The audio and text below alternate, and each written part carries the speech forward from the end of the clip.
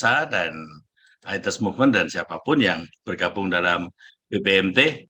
Ini singkatan yang dibuat oleh Pak Winardi nih sepertinya, berjalan bersama Ibu Teresa ya. Saya ingin mengajak Bapak Ibu pada malam ini untuk mempersiapkan untuk sharing dengan coba kita hening sebentar ya. Sambil hening nanti saya mengantar satu video 8 menit ya. Mohon maaf dalam bahasa Inggris, tapi nanti bisa kita simak bersama-sama dalam pengantar. Saya ingin mengajak Bapak Ibu untuk melihat perjalanan 6 minggu ini dalam kesadaran kita dipanggil Tuhan. Tema minggu ke-6 kan ajarilah aku mendengarkan ya.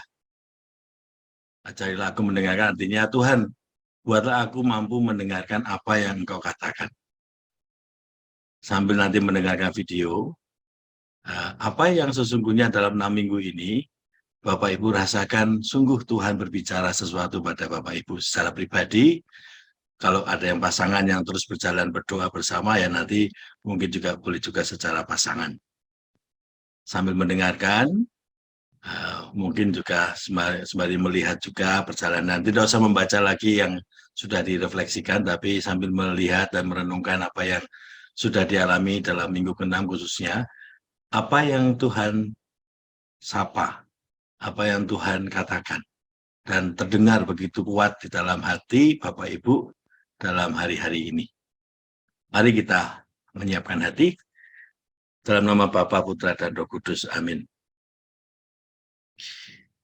Ya Tuhan, kami bersyukur selama 6 minggu ini kami boleh berjalan bersama Ibu Teresa dan kami percaya karya Roh Kudus sungguh hadir di dalam pendampingan doa-doa kami, doa-doa harian yang kami lakukan secara pribadi maupun juga secara bersama sebagai pasangan. Dan juga yang kami jalankan juga dalam kebersamaan sebagai sahabat-sahabat Ibu Teresa. Kami bersyukur boleh bersama-sama berdoa dengan spirit dari Ibu Teresa yang membuat kami ada di sini dan bersatu di sini. Satu hal yang kami sadari dan kami temukan dalam diri Ibu Teresa adalah ia merasakan betul dan mendengar betul dan mendengarkan Yesus yang berkata, "Aku haus." Kami ingin belajar dari Ibu Teresa juga kepekaan untuk mendengarkan Tuhan yang berbicara pada kami. Mari kita berdoa dengan renungan ITES.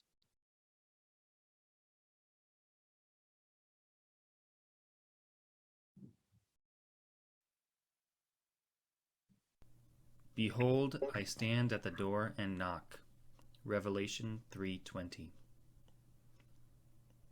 It is true. I stand at the door of your heart, day and night. Even when you are not listening, even when you doubt it could be me, I am there. I await even the smallest sign of your response, even the least whispered invitation that will allow me to enter. And I want you to know that whenever you invite me, I do come, always, without fail. Silent and unseen I come, but with infinite power and love, bringing the many gifts of my Spirit. I come with my mercy, with my desire to forgive and heal you, and with a love for you beyond your comprehension, a love every bit as great as the love I have received from the Father. As much as the Father has loved me, so I have loved you. I come longing to console you and give you strength, to lift you up and to bind all your wounds. I bring you my light to dispel your darkness and all your doubts. I come with my power that I might carry you and all of your burdens, with my grace to touch your hearts and transform your life. And my peace I give to still your soul. I know you through and through. I know everything about you. The very hairs of your head I have numbered. Nothing in your life is unimportant to me. I have followed you through the years, and I have always loved you, even in your wanderings. I know every one of your problems. I know your needs and your worries, and yes, I know all of your sins. But I tell you again that I love you, not for what you have or haven't done.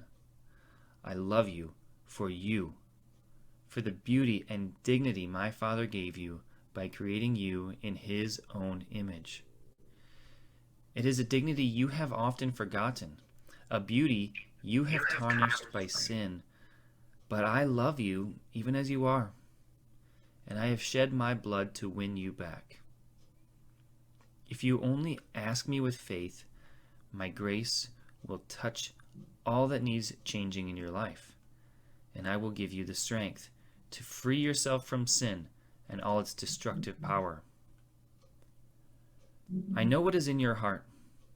I know your loneliness and all your hurts, the rejections, the judgments, the humiliations.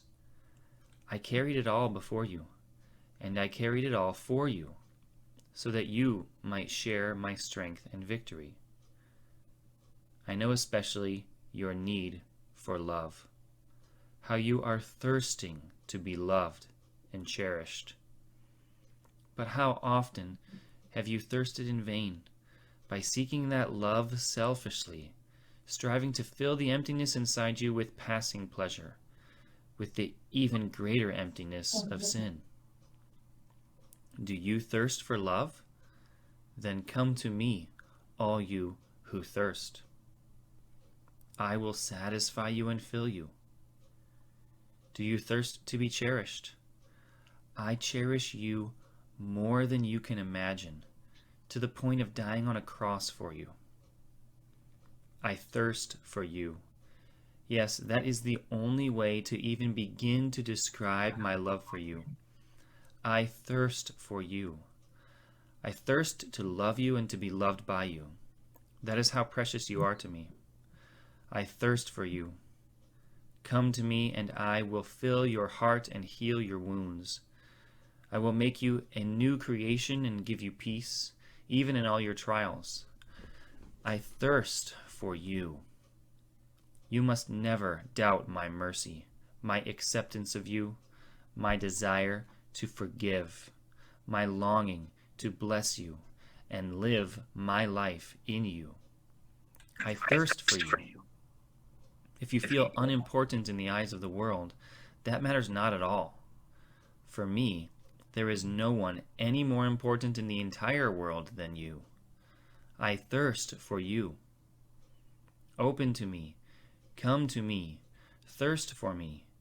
Give me your life, and I will prove to you how important you are to my heart. Don't you realize that my Father already has a perfect plan to transform your life, beginning from this moment? Trust in me. Ask me every day to enter and take charge of your life, and I will. I promise you before my Father in heaven that I will work miracles in your life. Why would I do this? Because I thirst for you. All I ask is that you entrust yourself to me completely. I will do all the rest. Even now, I behold the place my Father has prepared for you in my kingdom. Remember that you are a pilgrim in this life on a journey home. Sin can never satisfy you or bring the peace you seek. All that you have sought outside of me has only left you more empty, so do not cling to the things of this life. Above all, do not run from me when you fall. Come to me without delay. When you give me your sins, you give me the joy of being your Savior. There is nothing I cannot forgive and heal, so come now and unburden your soul. No matter how far you may wander, no matter how often you forget me, no matter how many crosses you may bear in this life, there is one thing I want you to always remember, one thing that will never change. I thirst for you, just as you are. You don't need to change to believe in my love, for it will be your belief in my love that will change you. You forget me, and yet I am seeking you every moment of the day, standing at the door of your heart and knocking. Do you find this hard to believe? Then look at the cross. Look at my heart that was pierced for you. Have you not understood my cross? Then listen again to the words I spoke there, for they tell you clearly why I endured all this for you. I thirst. Yes, I thirst for you. As the rest of the psalm verse I was praying says of me, I looked for love and I found none. Psalm 69. All your Bapak Ibu, baru saja kita diantar dengan renungan tentang I thirst. I thirst for you. Saya haus akan kamu. Dan saya haus dicintai oleh Yesus. Dan juga saya haus untuk mencintai Yesus. Dan inilah yang kita renungkan di dalam 6 minggu ini. Bagaimana setiap dari kita adalah ciptaan yang berasal dari cinta, dari kasih Allah yang melimpah. Dan kita menemukan jati diri kita di dalam tindakan mencintai dan dicintai. Dan tindakan dicintai dan mencintai itulah yang selalu Tuhan sapa pada kita. Dia haus akan kita, dia mencintai kita, dan dia pun ingin dicintai oleh kita. Di atas semua, apapun yang kita lakukan, yang pernah kita lakukan atau yang sedang kita lakukan, ia tetap mencintai kita, mencintai aku, mencintai Anda, dan dia pun ingin dicintai oleh kita, oleh aku, dan oleh Anda.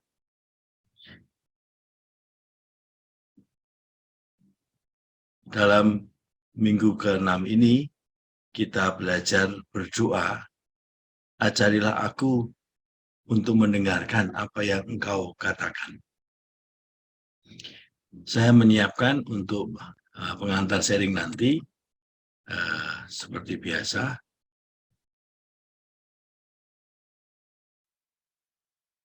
Hari ini adalah Hari Raya Hati Kudus Yesus, Bapak Ibu. Semoga ada yang sudah sempat misa hari ini. Saya mengutip dari bacaan hari ini, dari Yohanes 7, 37-38. Ini adalah kutipan dari pengantar Injil. Barang siapa haus, baiklah ia datang kepadaku dan minum. Barang siapa percaya kepadaku, seperti yang dikatakan oleh kitab suci, dari dalam hatinya akan mengalir aliran-aliran air hidup. Seharian ini saya merenungkan bacaan ini. Dan saya bersyukur bahwa ini dapat dijadikan juga tema untuk memasuki renungan kita pada hari ini ya, Bapak Ibu. Ajarikah aku mendengarkan. Dan ini juga tema tentang aku haus. Dan di sini barang siapa haus, baiklah ia datang kepadaku dan minum daripadaku. Dan orang yang percaya tentang itu dalam hatinya akan mengalir aliran-aliran air hidup. Ketika saya menyiapkan seharian tadi untuk pengantar renungan hari ini, bukankah kita selama 6 minggu ini terus mengalir ya Bapak Ibu ya dari hati kita, bagaimana datang pada Tuhan itu justru membuat kita itu merasakan dari diri kita berlimpah ruah banyak kehidupan yang dapat kita semakin rasakan. Semakin datang kepada Yesus, karena aku haus akan Yesus, karena haus akan cinta Yesus dan juga memahami Yesus, maka semakin aku menemukan ada banyak aliran-aliran air kehidupan yang aku temukan. Bukankah demikian yang Bapak Ibu alami dalam 6 minggu ini. Terima kasih kepada Pak Winadi yang selalu mengirimkan sharingnya, dan saya sangat bersyukur dengan membaca kemurahan hati Pak Winadi untuk men-sharingkan renungan dari doa-doanya, menggambarkan bagaimana setiap orang yang berdoa itu adalah orang yang sebenarnya berbagi hidup ya. Dengan dia berdoa, ia semakin menemukan bahwa dalam dirinya ada banyak hal yang dapat di-sharingkan. Maka sharing itu tidak harus berpikir ya. Sharing itu tidak harus disiapkan. Sharing itu adalah sesuatu yang terus hidup dalam diri kita dan mengalir. Nah, di sini yang mau saya ajak Bapak Ibu untuk merenungkan ajarilah aku mendengarkan ada dari pengalaman Ibu Teresa sendiri pada penampakan-penampakan selama tahun 1947. Salah satunya adalah, sejak itu aku tidak mendengar sesuatu atau melihat sesuatu pun, tetapi aku tahu bahwa apa yang aku tulis adalah benar. Tentu Bapak Ibu mengalami dalam doa-doa dan menuliskannya dalam refleksi. Seperti yang saya juga antar minggu lalu, sungguh-sungguh masuk di dalam dinamika persiapan, lalu dinamika doanya sendiri, dan akhirnya mencecap-cecap buah-buah doa dan menuliskannya dalam refleksi. Semua yang Bapak Ibu tulis itu adalah benar. Mengapa demikian?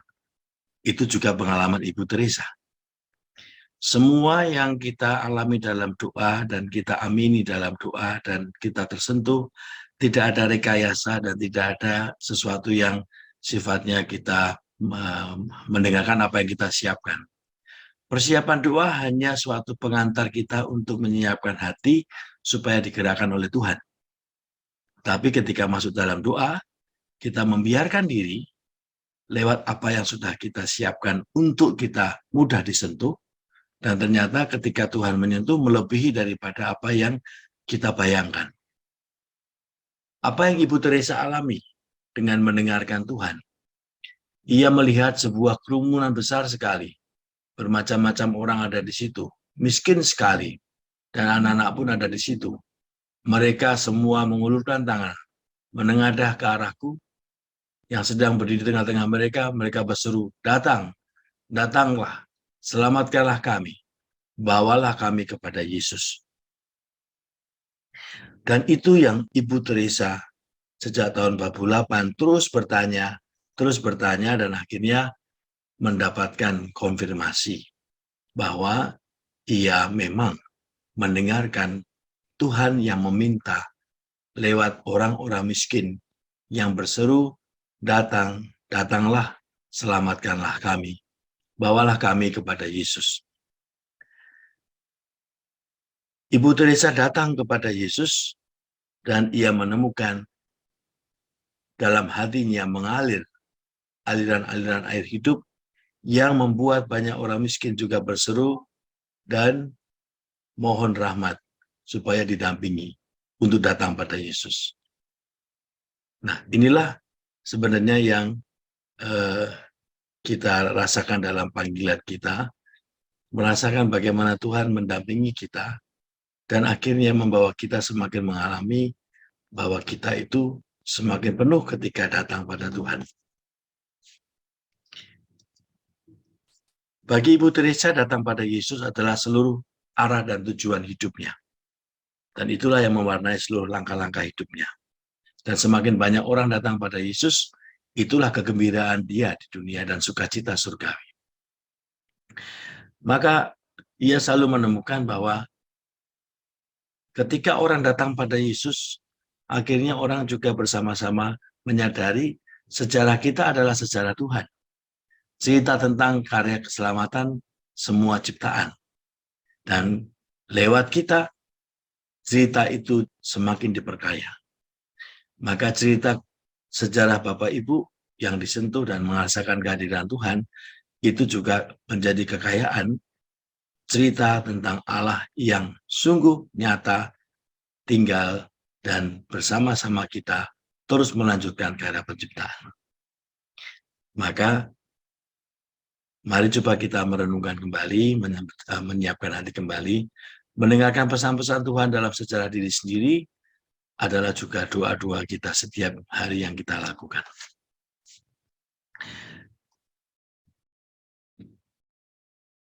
Saya mau mengakhiri pengantar ini dengan pengalaman tepas yang lalu, Bapak Ibu. Saya ingin men-sharingkan satu dari Ade Armando. Ade Armando itu kan yang kemarin tanggal 11 April digebuki ya di depan DPR itu. Dia seorang Muslim dan dia kemarin diundang untuk bukan bicara soal pengalaman itu, tapi dia diundang untuk berbicara sebagai orang yang mengajak semua orang untuk memperjuangkan kebenaran lewat bersuara bagi banyak orang yang menderita dan tersingkirkan lewat segala macam bentuk-bentuk kelicikan politik dan lain-lain. Ketika saya mendengarkan Pak Ade Armando, saya menangkap satu hal yang mengusik hati saya. Dia mengatakan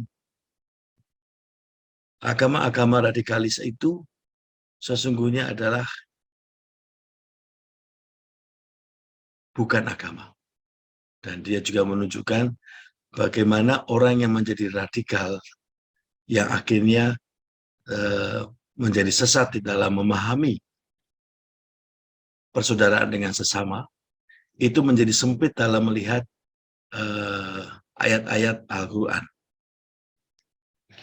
Dan dia mengatakan demikian, mereka itu tidak dapat hidup bersama, karena dalam pandangan mereka, siapapun yang tidak tertulis seperti yang terus dalam ayat itu bukan saudara. Maka mereka itu sekalipun seolah-olah dapat bersahabat dengan kita, tapi dalam benak mereka yang namanya saudara adalah saudara seiman.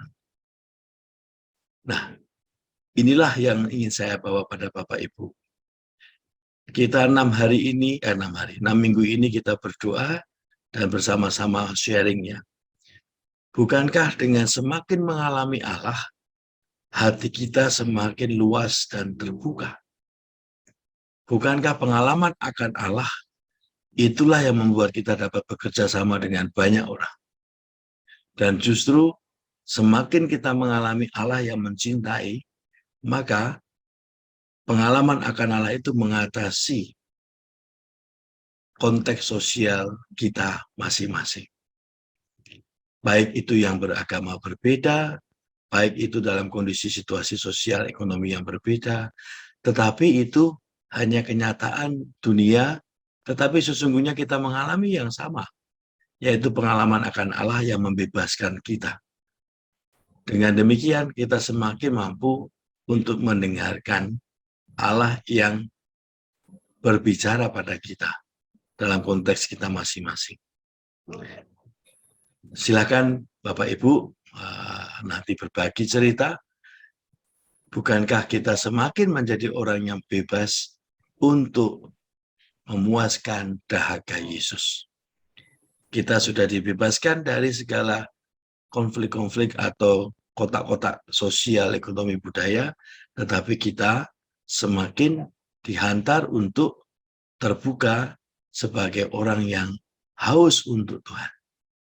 Selamat melanjutkan dengan sharing dalam kelompok masing-masing. Silakan Pak Pinadi. Ya, terima kasih Romo. Kita akan awali sharing tadi nanti dengan doa dulu, dengan doa devosi kepada Santa Teresa dari Kalkuta dan juga doa devosi kepada 7 Duka Maria. Kita akan mulai pada malam hari ini. Bu Margo siap? Oke. Oke, saya akan share screen.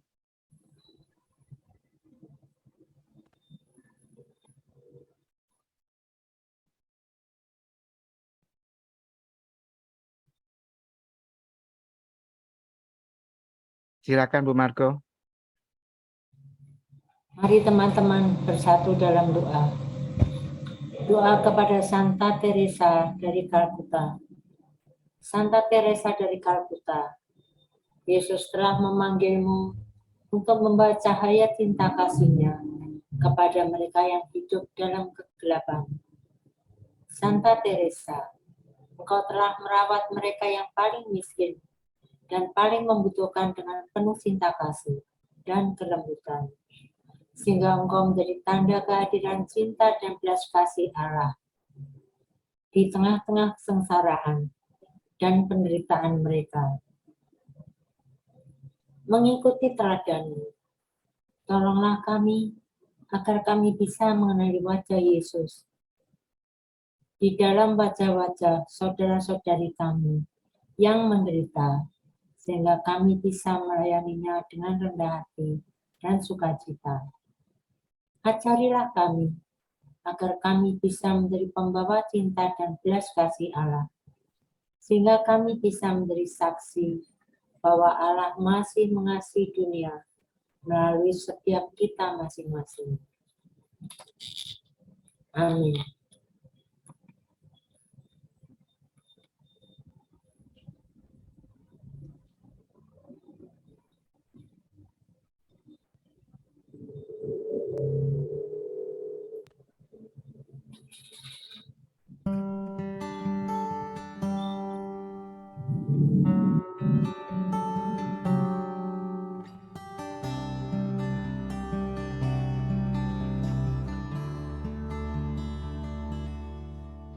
I thirst, I thirst, I thirst for souls, come to me. I thirst, I thirst, who will help bring them to me? Bring them to my Father, wash them in my blood, bind their wounds of sin by the power of my love. Tell them of my mercy, show to them my heart. You stand ever broken with love to heart. I thirst, I thirst, I thirst for souls, come to me. I thirst, I thirst, who will help bring them to me? Many tears are falling, souls have lost their way, tired and discouraged, too broken to pray. Will you be my tenderness? All the world will see. I am always waiting. Please come to me. Come to me, all you who labor and are heavy laden, and I will give you rest. Take my yoke upon you and learn from me, for I am gentle and lowly in heart, and you will find rest for your souls.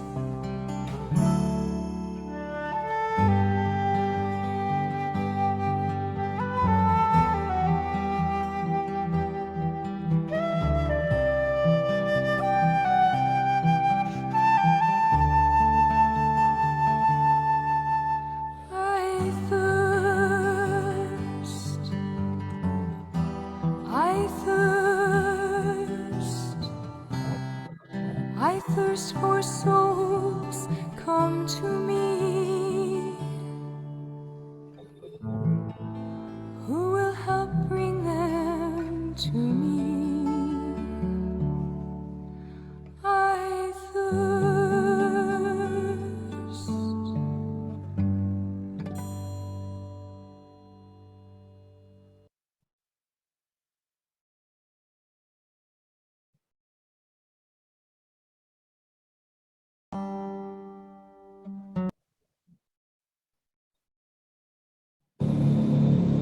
Ya Allah, datanglah menolong aku. Oh Tuhan, bersegeralah menolongku.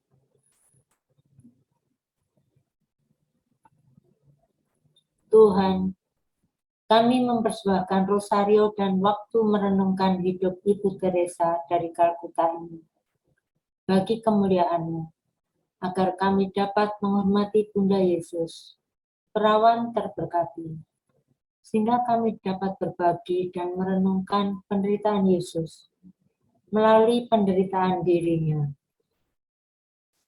Kami dengan rendah hati memohon kepadamu untuk memberikan pertobatan sejati bagi semua dosa-dosa yang telah kami perbuat, dan mohon berilah kami kebijaksanaan dan kerendahan hati. Santa Teresa dari Kalkuta, kami mohon melalui perantaraanmu dan rosario kepada Ratu Surgawi dalam ketujuh citanya pada Sang Putra yang wafat di kayu salib, demi keselamatan semua ciptaan. Berkat kuasa Allah, Bapa, Putra, dan Roh Kudus, seluruh pandemi COVID dan variannya lenyap dari muka bumi. Dan masyarakat dunia kembali dapat hidup dalam ketenangan dan kedamaian. Intensi khusus mendoakan perdamaian di Ukraina, mendoakan Romo Rudi dan komunitas Romo-Romo ESI di seluruh dunia agar diberi rahmat kesehatan, dilindungi dan diberkati Tuhan dalam pelayanan kepada sesama.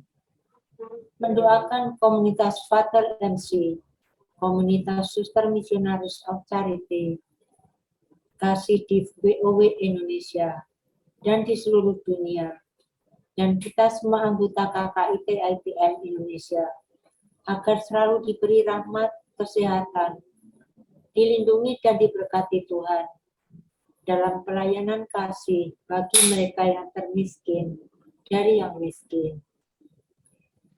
Mendoakan teman-teman yang sedang recovery agar cepat sehat kembali.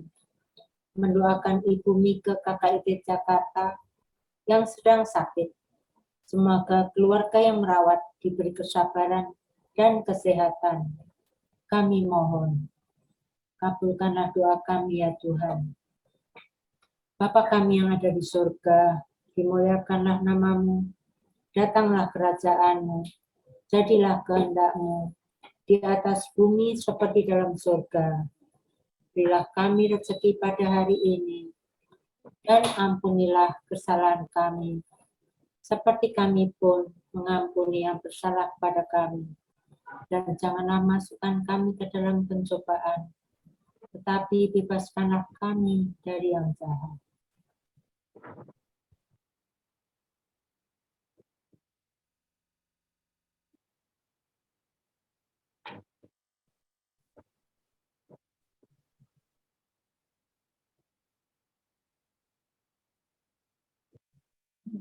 Mari teman-teman,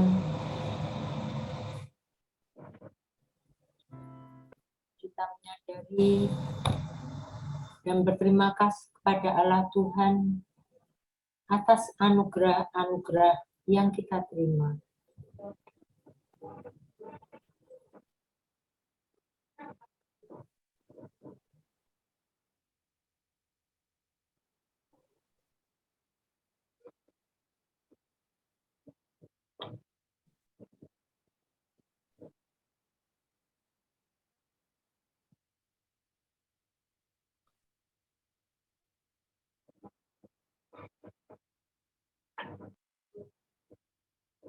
Mohon rahmat untuk menyelami cinta tak terbatas Bunda Yesus, Santa Perawan Maria dan Ibu Teresa dari Kalkuta kepada Tuhan Yesus.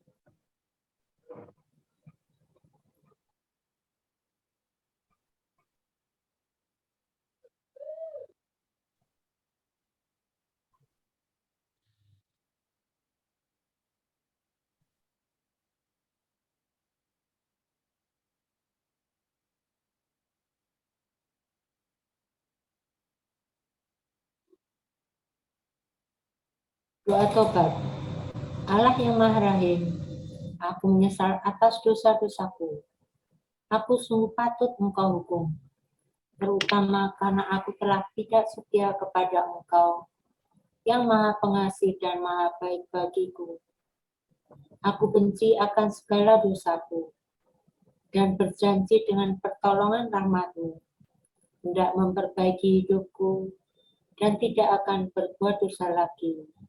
Allah yang Maha Murah, ampunilah aku orang berdosa ini. Amin.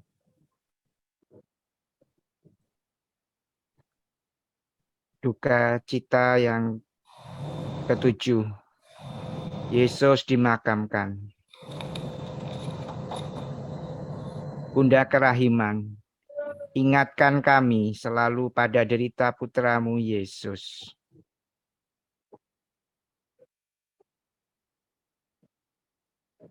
Bacaan diambil dari Yohanes 19 ayat 41 sampai 42. Dekat tempat di mana Yesus disalibkan, ada suatu taman, dan dalam taman itu ada suatu kubur baru yang di dalamnya belum pernah dimakamkan seseorang. Karena hari itu adalah hari persiapan orang Yahudi, sedang kubur itu tidak jauh letaknya, maka mereka meletakkan mayat Yesus di situ.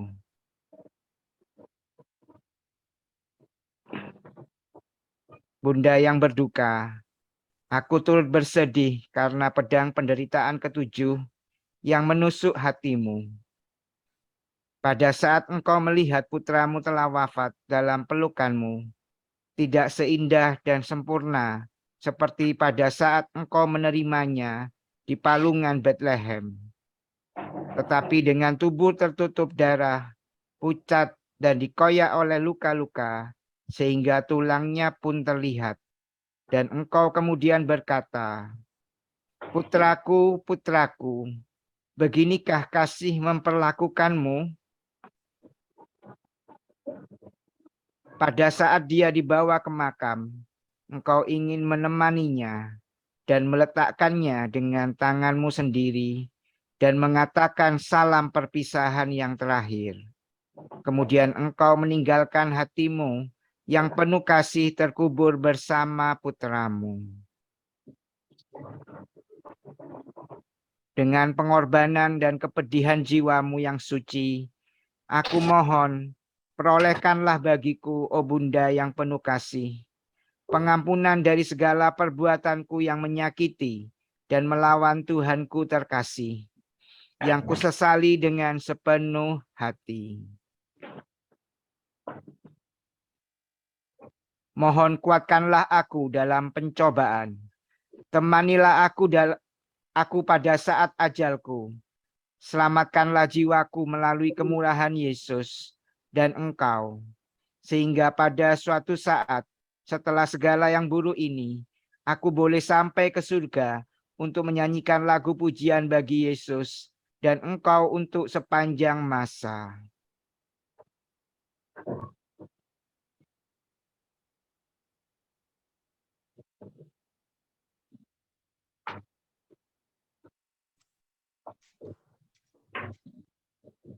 Bapa kami yang ada di surga, dimuliakanlah nama-Mu, datanglah kerajaan-Mu, jadilah kehendak-Mu di atas bumi seperti di dalam surga. Berilah kami rezeki pada hari ini, dan ampunilah kesalahan kami, seperti kami pun mengampuni yang bersalah kepada kami. Dan janganlah masukkan kami ke dalam pencobaan, tetapi bebaskanlah kami dari yang jahat. Amin. Salam Maria, penuh rahmat, Tuhan sertamu. Terpujilah engkau di antara wanita, dan terpujilah buah tubuhmu Yesus. Santa Maria, Bunda Allah, doakanlah kami yang berdosa ini, sekarang dan waktu kami mati. Amin. Salam Maria, penuh rahmat, Tuhan sertamu. Terpujilah engkau di antara wanita, dan terpujilah buah tubuhmu Yesus. Santa Maria, Bunda Allah, doakanlah kami yang berdosa ini, sekarang dan waktu kami mati. Amin. Salam Maria, penuh rahmat, Tuhan sertamu. Terpujilah engkau di antara wanita, dan terpujilah buah tubuhmu Yesus. Santa Maria Bunda Allah, doakanlah kami yang berdosa ini, sekarang dan waktu kami mati. Amin. Salam Maria, penuh rahmat, Tuhan sertamu. Terpujilah engkau di antara wanita, dan terpujilah buah tubuhmu Yesus. Santa Maria Bunda Allah, doakanlah kami yang berdosa ini, sekarang dan waktu kami mati. Amin. Salam Maria, penuh rahmat, Tuhan sertamu. Terpujilah engkau di antara wanita, dan terpujilah buah tubuhmu Yesus. Santa Maria Bunda Allah, doakanlah kami yang berdosa ini, sekarang dan waktu kami mati. Amin. Salam Maria, penuh rahmat, Tuhan sertamu. Terpujilah engkau di antara wanita, dan terpujilah buah tubuhmu Yesus. Santa Maria Bunda Allah, doakanlah kami yang berdosa ini, sekarang dan waktu kami mati. Amin. Salam Maria, penuh rahmat, Tuhan sertamu. Terpujilah engkau di antara wanita, dan terpujilah buah tubuhmu Yesus. Santa Maria Bunda Allah, doakanlah kami yang berdosa ini, sekarang dan waktu kami mati. Amin. Bundaku, bagilah kesedihanmu padaku. Biarlah aku ikut menanggungnya bersamamu, untuk merenungkan kematian Yesusmu bersamaku. Kemuliaan kepada Bapa dan Putra dan Roh Kudus, seperti pada permulaan, sekarang, selalu, dan sepanjang segala abad. Amin.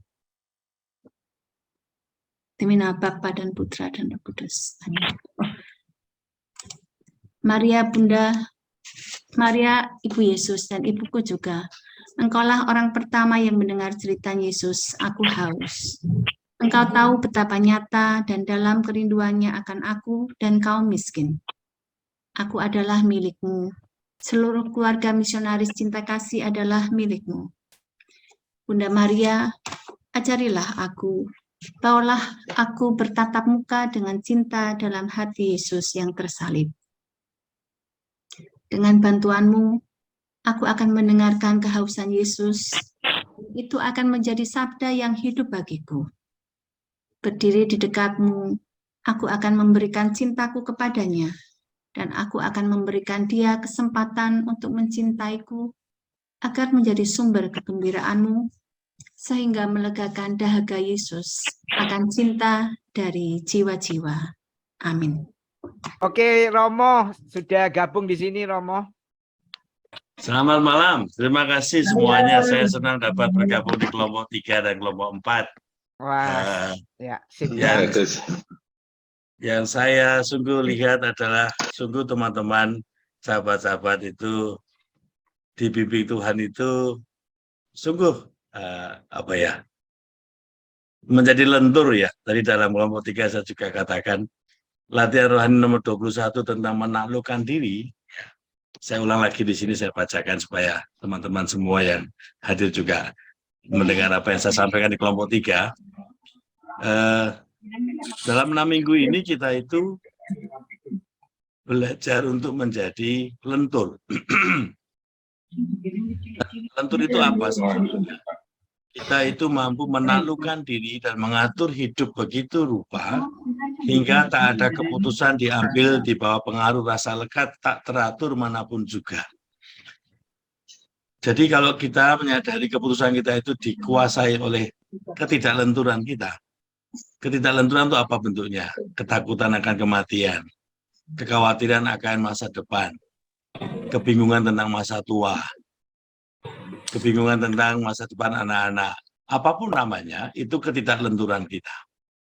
Maka ketika kita itu semakin lentur, itu artinya segala keputusan kita itu tidak diatur oleh hal-hal itu, melainkan kita menaklukkan diri supaya standby. Nah, standby itu apa artinya? Contohnya Bapak Ibu ya, kalau kita standby, berarti kan sebenarnya kita itu selalu mengarah kepada satu arah ya, satu tujuan atau satu tempat ya. Kalau kita standby menantikan seseorang, maka seluruh perhatian kita ke sana. Nah, entah dia datangnya kapan atau bagaimana caranya, kita nggak gelisah. Nah, Kalau orang gelisah itu dia langsung nengok kiri, nengok kanan. Dari mana ya dia keluar ya? Dari depan atau dari belakang ya? Lalu kita mencoba tanya-tanya, lalu bingung. Malah kehilangan kesempatan ketika dia datang. Standby itu artinya apa? Ketika hati kita mengarah dan kita semakin menemukan intuisi bagaimana Tuhan mengarahkan kita, kita tidak lagi dikuasai oleh bahwa Tuhan datangnya itu hari ini atau besok tidak, atau dalam kesedihan atau kesukaan juga tidak. Bagi kita, latihan rohani nomor 23 dan 23AB itu, entah sakit atau sehat, entah hidup panjang atau mati dan semuanya itu, tidak membuat kita berhenti untuk standby. Nah, standby itu adalah hadir untuk Tuhan. Contohnya kalau Bapak Ibu sedang merawat orang tua atau mendampingi anak ya, mendampingi anak yang mungkin mempunyai kebutuhan lebih daripada anak yang lain ya. Maka kalau kita hadir untuk mereka,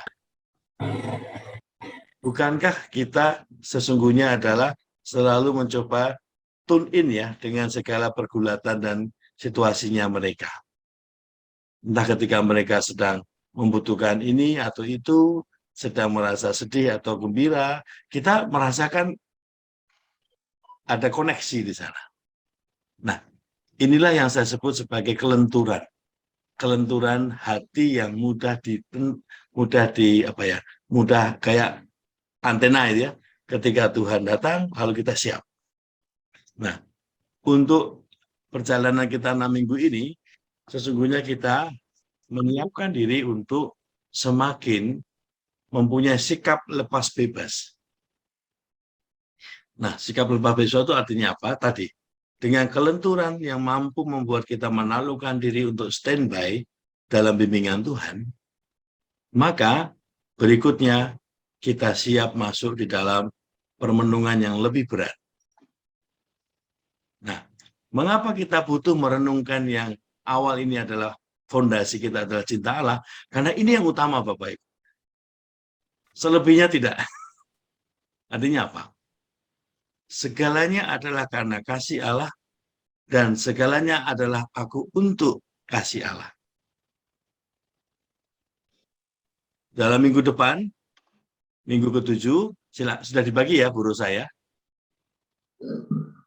Sudah, Romo. Ya, oke. Jadi dalam tema minggu ke-7, saya tampilkan di layarnya supaya bisa melihat bersama-sama. Pemberontakan akibat ketidakteraturan karena dosa. Tema ini akan kita bawa dalam beberapa minggu ya. Nah, saya katakan tadi demikian. Ketika kita sudah menaklukkan diri dan kita mempunyai hari-hari kita melatih untuk menjadi makin lepas bebas. Tidak berarti bahwa kita sudah 100% lepas bebas, tidak. Dan itu suatu tegangan ya Bapak Ibu ya. Meskipun hari ini saya sudah bisa lepas bebas dari kata tidak teratur, bisa saja besok kita terganggu lagi. Tapi yang utama adalah kita sudah tahu bagaimana menjadi lepas dan bebas. Itu yang paling penting. Jadi selama 6 minggu ini kan kita latihan untuk menjadi lepas dan bebas. Nah, dalam bahasa yang saya renungkan sampai hari ini, lepas itu apa? Melepaskan, let go ya. Let go dengan bebas dari diri kita ya. Menaklukkan itu kan itu. Kita menjadi mampu melepaskan kekhawatiran, melepaskan ketakutan, melepaskan keinginan yang berlebihan ya, keinginan untuk menguasai diri, menguasai dunia. Kita melepas itu agar bebas untuk Tuhan. Bebas untuk digerakkan oleh Tuhan. Bebas untuk dibawa oleh Tuhan. Dan bebas untuk semakin masuk di dalam misteri keselamatan yang terus Tuhan lanjutkan. Dan kita menjadi salah satu bagian dari misteri itu. Lewat apa? Lewat pengalaman hidup kita. Lewat apa? Lewat pengalaman keseharian kita, menemani orang tua, menemani anak, mengalami kesakitan, mengalami proses treatment pengobatan dan semuanya. Lewat itu semua kita semakin bebas untuk Tuhan.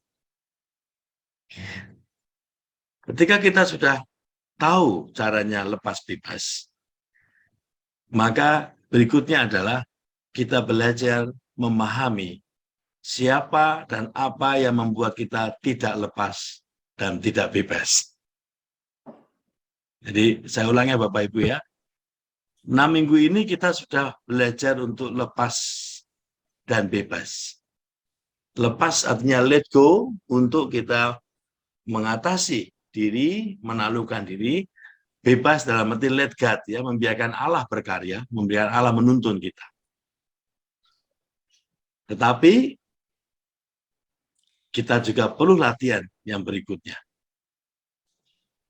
Menghadapi, membaca siapa dan bagaimana yang membuat kita mundur lagi menjadi tidak lepas, mundur lagi menjadi tidak bebas. Dan itu adalah roh jahat, kuasa jahat. Ya, kita sebut setan ya Bapak Ibu ya. Itu bukan soal gendruwo ya, itu kekuatan jahat ya. Nek gendruwo itu medeni, tapi nek kuasa jahat itu menguasai itu lebih parah itu. Nah, saya ingin mencoba melihat lagi perjalanan minggu ketiga, minggu keempat. Kita menyadari Tuhan yang menciptakan sejarah saya secara harmonis. Minggu kelima, saya mempunyai bagian dalam seluruh rencana Tuhan ya. Nah, dalam dua minggu ini kita akan lihat dari perspektif yang berbeda. Ini adalah perspektif dunia yang menolak Tuhan. Kalau yang dalam 6 minggu, kita melihat perspektif Allah ya Bapak Ibu ya. Perspektif Allah adalah penciptaan. Perspektif Allah adalah kita lahir dari cinta Allah. Itu perspektif Allah. Nah, untuk dengan kita memahami perspektif Allah, maka kita butuh menaklukkan diri, karena tujuan kita adalah melihat Allah. Nah, sekarang kita berdoa dari perspektif dunia. Dan bagaimana dunia? Dunia itu menolak Allah. Nah, tujuan kita dalam minggu-minggu ini dengan merenungkan dosa ya, pengalaman dosa, tujuannya adalah apa Bapak Ibu? Kita mohon rahmat agar kita semakin mengetahui pola-pola roh jahat membuat kita tidak lepas dan tidak. Roh jahat. Ya, jadi saya ulang lagi. Jadi dinamika kita dalam minggu-minggu ini adalah memahami bagaimana roh jahat itu membuat kita dijerat oleh dia lagi untuk menolak Tuhan. Dijerat lagi untuk kita semakin terbelenggu oleh diri kita sendiri. Nah, dalam minggu ini kita akan masuk di dalam dosa sosial dulu ya. Jadi dalam minggu ke-7 ini saya ingin mengajak Bapak Ibu untuk merenungkan dosa sosial, di mana kita setuju atau tidak kita terlibat di dalamnya juga. Sadar atau tidak sadar kita juga ada di dalam konteks dosa sosial itu. Contohnya, kalau kita melihat secara keseluruhan ya, ketidakpedulian itu kan mungkin saya peduli kok ya. Tetapi ketika kita ada tawaran untuk terlibat misalkan ya lebih jauh lagi, mungkin kita langsung bimbang apakah saya sanggup atau tidak. Nah, itu kan persis yang pengalaman Ibu Teresa. Ketika Tuhan mengatakan, saya mau kamu, jangan ditolak. Ya. Tapi Ibu Teresa mengatakan, apakah saya ini orangnya, bukankah masih ada yang lain?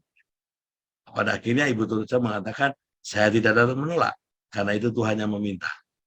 Nah, disinilah sebenarnya partisipasi kita terhadap dosa sosial itu adalah ketika kita diundang Tuhan untuk terlibat, kita masih merasa tidak layak. Nah, apa yang membuat kita semakin menyadari bahwa kita ada di dalam konteks dosa sosial itu? Maka kita perlu menyadari fakta-fakta dosa. Dan pada saat yang sama, menyadari arti salib Kristus yang telah membebaskan kita dari kuasa dosa dan ancaman maut. Saya mau menggarisbawahi ini Bapak Ibu. Ya. Pertama, Ini ya Bapak Ibu ya, yang bagian ini ya, kekuatan. Bentar, saya mau caranya gimana ya? Kasih. Nah ini ya, Pakai stabilo Romo. Nah, ya. ya ini ya. Ini sama ini ya Bapak Ibu ya. Dua ini. Ini tidak dapat dilihat secara terpisah. Tapi sekaligus kita dapat melihatnya ketika melihatnya dalam seperti keping ya, keping koin ya, muka dan belakang. Ketika kita menyadari kuasa jahat, di situ pula kita menyadari arti salib Tuhan. Ketika kita menyadari arti salib Tuhan, disitulah juga kita menyadari betapa dunia menolak Tuhan.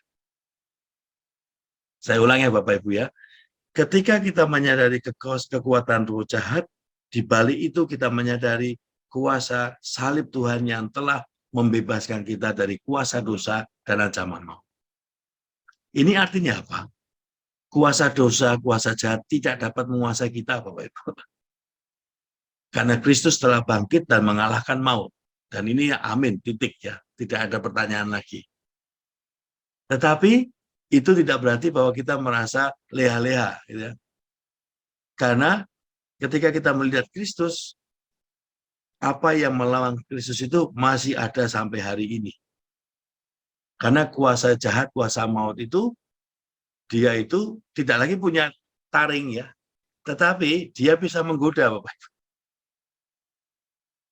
Dia tidak akan membawa kita pada maut, tetapi membuat hidup kita tidak berkembang ke arah Tuhan. Hidup kita tidak berbuah. Akhirnya manusia memutuskan menolak Tuhan. Itu yang dia tidak punya kemampuan menguasai kita. Tetapi ketika manusia menjadi lemah, diperdaya oleh tipu muslihatnya, sampai akhirnya manusia menolak Tuhan. Nah inilah yang sebenarnya kita harus sadari dalam renungan dosa ini. Jadi kita ingin merenungkan ke pengalaman dosa ini dengan tujuan kita ingin tahu pola-pola roh jahat itu menguasai ciptaan atau mempengaruhi atau membuat tipu muslihat kepada ciptaan. Nah, satu hal yang penting Bapak Ibu, pola-pola ini kita pelajari bukan untuk kita diri saja ya. Dengan kita mempelajari pola-pola dari kuasa jahat ini, kita pun dapat membantu atau menjadi sarana bagi Tuhan untuk menemani teman-teman kita yang juga berjuang di situ. Nah ini yang paling penting. Jadi kita itu punya panggilan di sini. Dengan kita semakin mengalami Allah dan kita semakin dapat tidak terikat oleh kelekatan teratur dan lepas dan bebas untuk Tuhan, kita pun juga mempelajari bagaimana pola-pola roh jahat itu yang akan membuat kita menjauh dari Tuhan, kita dapatkan untuk juga membantu orang lain. Maka di sini penting untuk tidak hanya memiliki pemahaman, pengetahuan tentang dosa, tetapi juga memiliki kesadaran akan dosa dan menyadari pekerjaan roh jahat yang mencoba memisahkan hubungan kita dari Tuhan. Jadi ini Bapak Ibu ya. Silakan mohon rahmat dalam minggu ke-7 ini. Sungguh Tuhan berilah aku kemampuan untuk membeda-bedakan roh. Yang sering disebut discernment ya. Kemampuan untuk menjadi peka pada bimbingan roh Tuhan dan menjadi peka terhadap tipu muslihat roh jahat. Pasti akan banyak pertanyaan di sana. Saya mencoba memahaminya dalam konteks hidup saya, Bapak Ibu ya. Pada waktu tahun 2009 di pertengahan, saya diminta pulang ke Indonesia setelah 16 tahun di Jepang. Saya berontak. Saya berontak dalam arti apa? Saya itu sudah belajar bahasa Jepang susah ya, dan lalu juga sudah masuk dalam karya di sana dan semuanya apapun namanya alasan. Lalu waktu itu diminta untuk pulang. Saya bertanya, kenapa? Dalam ketaatan Romo silahkan menyiapkan untuk misi di Indonesia kembali. Buat saya itu pertanyaan besar. Tapi Bapak Ibu, saya minta waktu itu 6 bulan 6 bulan di Nagasaki. Dan saya menikmati di Nagasaki dengan mempelajari para martir dan semuanya. Pada akhirnya saya menemukan di situ hidup para martir itu meneguhkan. Dengan kata lain, dengan membaca kisah-kisah mereka, saya melihat bukan kemananya diutus, tetapi bagaimana saya tetap setia, taat pada Tuhan lewat pimpinan. Artinya ketaatan iman ya Bapak. Nah, ketika saya merenungkan para martir, saya menemukan taat itu indah meskipun menyakitkan. Tetapi tidak taat itu malah menyusahkan dan malah membuat saya tidak jelas. Nah, dengan saya mencoba taat, akhirnya saya menemukan bahwa discernment itu berkaitan dengan apa? Apa yang membuat aku semakin berkembang dan berbuah dan damai, dan apa yang membuat aku semakin tidak damai dan tidak berkembang. Nah, dengan itu akhirnya saya menjadi lepas lagi atas kemarahan dan semuanya, dan bebas lagi untuk kembali ke Indonesia. Coba saya tidak discernment pada waktu itu, kita nggak ketemu Bapak Ibu. Mungkin saya sudah bukan Yesuit lagi. Karena waktu itu sudah pada titik kemarahan yang luar biasa. Nah, ini suatu cerita kecil ya, bagaimana discernment itu, pembedaan roh itu sangat besar sekali. Karena itu akhirnya tidak hanya untuk diri kita, tetapi juga Tuhan lewat diri kita menemani banyak orang untuk mengetahui bagaimana pola-pola kuasa jahat menguasai manusia atau ciptaan lainnya. Baik, selebihnya Bapak Ibu bisa membaca tuntunan ini ya. Coba kita lihat yang sini ya Bapak ya. Tujuan ini ya. Kembali kepada ini ya Bapak. Jadi tujuan minggu ini bukanlah untuk menghakimi dunia. Jadi nanti kalau Bapak Ibu melihat dosa sosial itu ya, tentang Ukraina atau apapun ya, pasti kita akan mulai marah ya, lalu menghakimi. Itu udah manusia ya, menyerang para pendosa yang keji ya. Tapi di sini yang paling dimohonkan adalah seberapa aktif roh-roh jahat yang memimpin jalan dosa. Coba Bapak Ibu nanti dalam doa, mohon juga rahmat, kemampuan untuk membaca keaktifan roh-roh jahat yang memimpin jalan dosa. Mungkin termasuk saya sendiri, ya. Artinya dalam kelemahan dan kerapuhan saya, bisa saja saya masuk dalam konteks itu ya, diperdaya, dikuasai oleh roh jahat. Maka ini yang juga penting ya, semuanya penting akhirnya ya. Tanpa cinta kasih Tuhan, seseorang tidak dapat melawan kekuatan roh jahat sendirian. Karena yang dapat melawan dan menghancurkan ya kuasa Tuhan. Nah, pertarungan melawan semua roh jahat itu dimungkinkan karena kemenangan Kristus yang disalibkan, dibangkitkan, dan memperoleh bagi semua ciptaan keselamatan. Dan ini dasar dari kita merenungkan dosa, Bapak Ibu.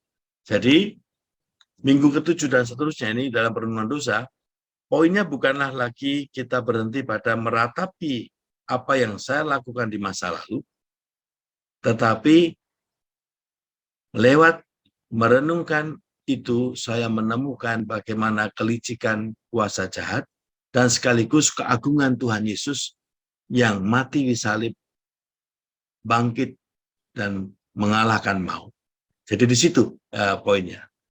Memahami kelicikan roh jahat dan mengagumi rahmat salib dan kebangkitan Tuhan.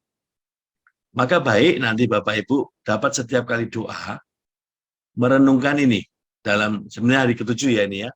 Tapi dapat juga nanti Bapak Ibu juga mulai ya. Apa yang telah aku lakukan pada Kristus yang tersalib? Apa yang sedang aku lakukan pada Kristus yang tersalib? Dan apa yang harus aku lakukan mulai dari sekarang untuk Kristus yang tersalib bagi diriku dan semua. Silakan Bapak Ibu mencoba merenungkan di dalam setiap peristiwa. Saya membaginya seperti biasa, hari pertama, hari kedua. Hari pertama itu adalah sambil jalan-jalan ya di sekitar kota, rasakan penderitaan macam apa yang ada di sekitar. Contohnya ketika misalkan ya Bu Ona yang sering membagikan nasi bungkus gitu ya, lalu sambil membagi nasi bungkus melihat, lalu mencoba merasakan ketika berhenti pada seseorang atau dua orang, mencoba di situ berhenti memandang mereka dan mencoba menyelami apa yang mereka derita. Dapat saja juga melakukan dialog ya kalau berkenan ya. Nah, cobalah lihat dari semua pengalaman hari pertama kedua itu, apa yang telah kulakukan pada Kristus yang tersalib? Apa yang sedang aku lakukan saat ini? Dan apa yang harus aku lakukan mulai dari sekarang? Lalu hari ketiga keempat mencoba merasakan jenis penderitaan apa yang dimiliki dunia. Kalau tadi kan lingkungan sekitar ya Bapak Ibu ya. Lalu yang hari keempat, ketiga keempat, mulai lingkungan sekitar bisa saja Indonesia juga termasuk ya. Nah, ini mengatasi Indonesia, seluruh dunia. Apa yang menjadi ciri penderitaan dunia kita punya, yang kita alami sekarang? Mungkin pandemik ya, mungkin juga kehilangan mata pencarian, itu pada umumnya sekarang mengalami. Atau kehilangan orang-orang yang dicintai.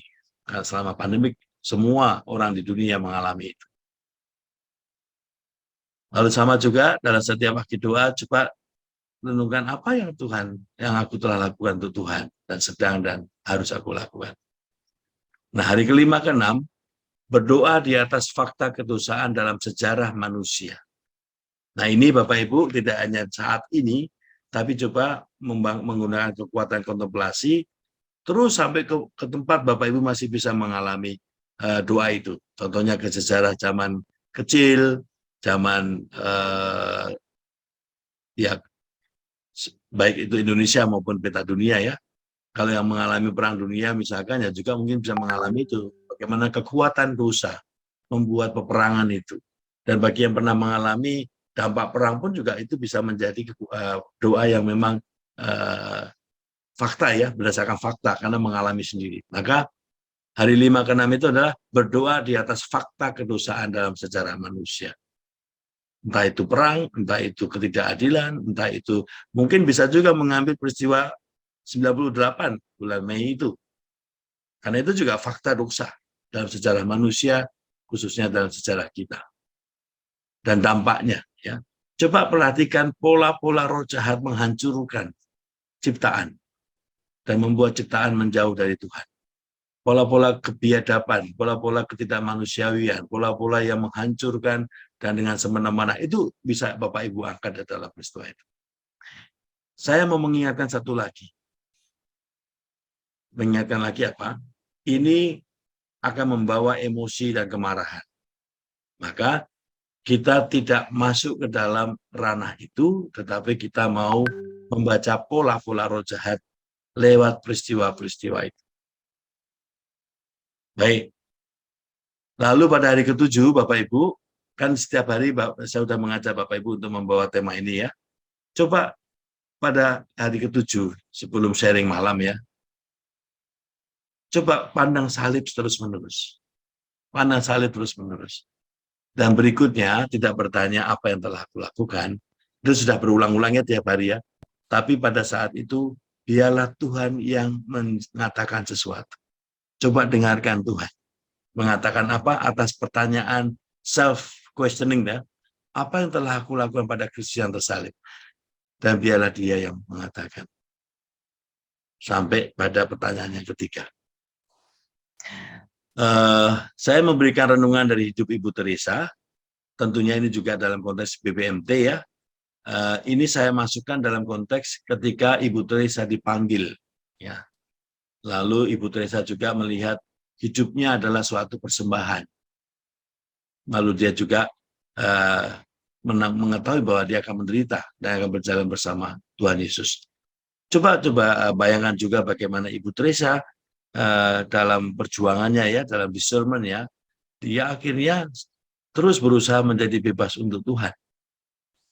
Lama-kelamaan apa yang ia perjuangkan bukan lepas dari kekhawatiran, ketakutan, tetapi ia selalu bagaimana aku mau dapat membawa orang memuaskan dahaga Tuhan. Dan itu seluruh hari-harinya.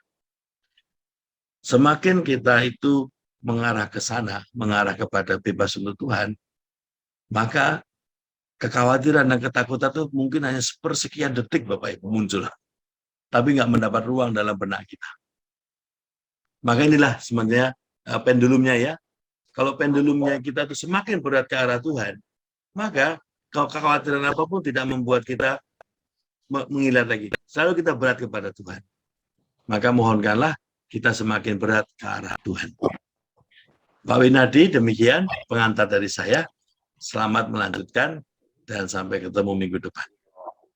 Ya, terima kasih Romo Rudi. Oke, mungkin Romo mau meninggalkan kami dulu atau mau sampai terakhir? Sampai terakhir maksud jam berapa? Mungkin kita hanya mendengarkan satu lagu sama doa 10 menit mungkin Oke. Romo. Ya, Oke, saya bersama kita ya. Oke, kita akan lanjutkan ya dengan doa penutup.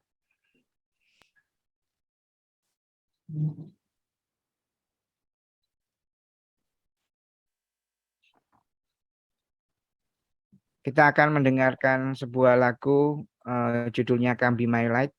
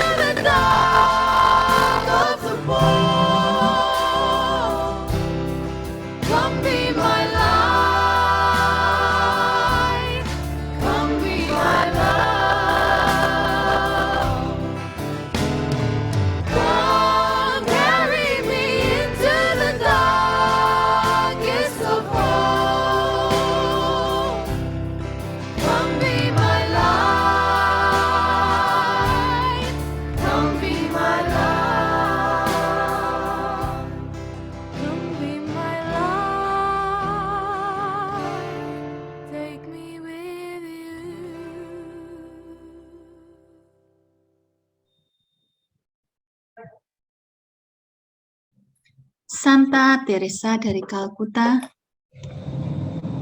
Engkau telah mengizinkan kehausan cinta Yesus di salib menjadi api yang berkobar dalam dirimu, sehingga Engkau menjadi cahaya cintanya untuk semua umat manusia.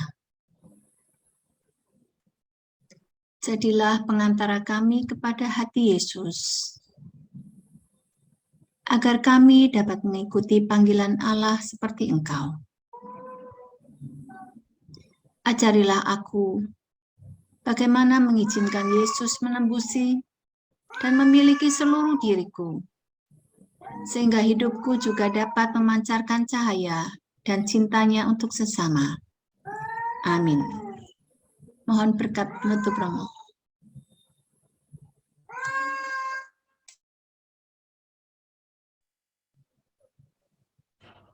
Tuhan beserta kita sekarang dan selama-lamanya. semoga seluruh doa-doa kita dan perjalanan doa-doa pada minggu ke-7 ini dalam naungan berkat Allah dan bimbingan Roh Tuhan, kita dapat semakin mengarah kepada Tuhan dan juga semakin mengenali bagaimana kekuatan jahat bekerja dan memperdayakan, menipu dan juga membelokkan arah orang-orang yang berjalan ke arah Tuhan.